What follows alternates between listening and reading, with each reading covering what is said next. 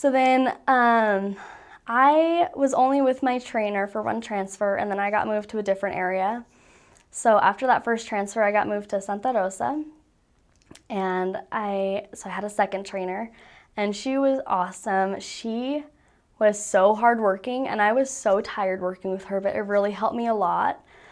But that city is so amazing. Santa Rosa is the capital of La Pampa, and so we actually didn't live in our area, and so we had to either take the bus or walk to our area, and so we had to go through El Centro, it's kind of like downtown, to get to our area. And so it was really cool to see because in La Pampa, that's where all of the gauchos are and like all of the, Argentine cowboys pretty much with all their ranches and everything.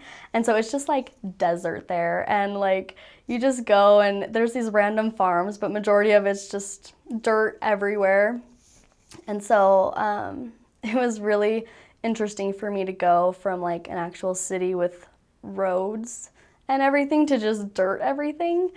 But it was so much fun, and I learned how to teach while also shielding my eyes from the wind and all the dirt that was pelting me, so that was also a talent I picked up in Santa Rosa, because there was so much wind there all the time. But it was so beautiful. That's one of my favorite areas.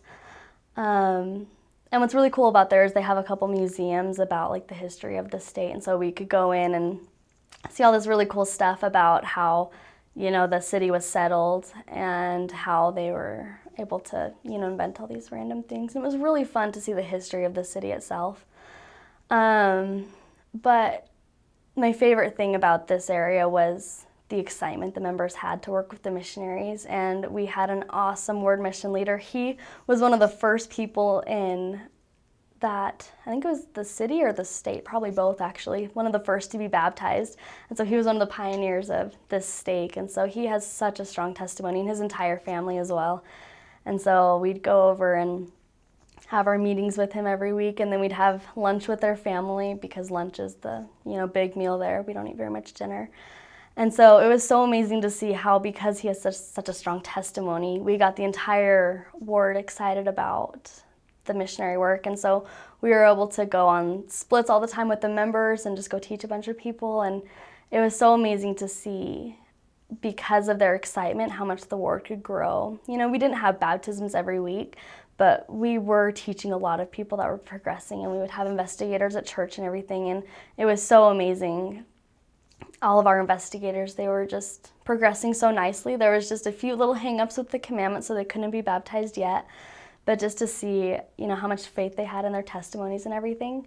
So that stake is very near and dear to my heart.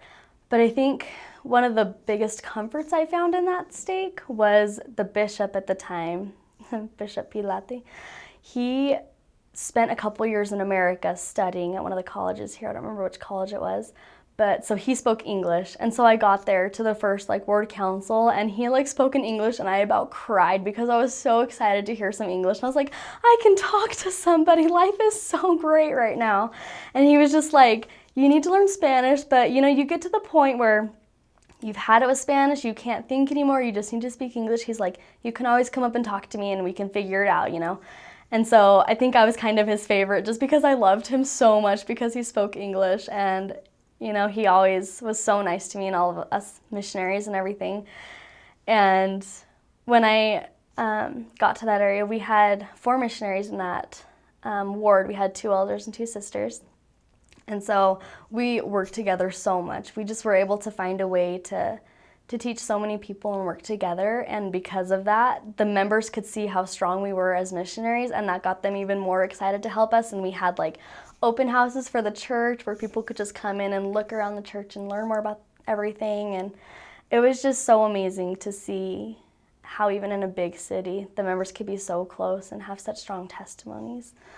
But I really liked that because everybody in the mission, their dream was to serve in Santa Rosa because it's where the gauchos are and all of the cool historical stuff of the mission. So I didn't really realize it at the time how special it was that I had served there. But then later I was like, oh yeah, I served in Santa Rosa, and I felt all cool as a missionary because I got to serve in everybody's dream area, and it was so much fun. You know, the members there are just awesome, and the city itself is really cool, and there's so many different things to see. There's actually a lake in that area, and so one P Day we all got to go down and have a picnic by the lake, and you know, as sisters we had a little photo shoot by the lake, and it was so much fun, and there's just a lot to do there, so it was a really fun area.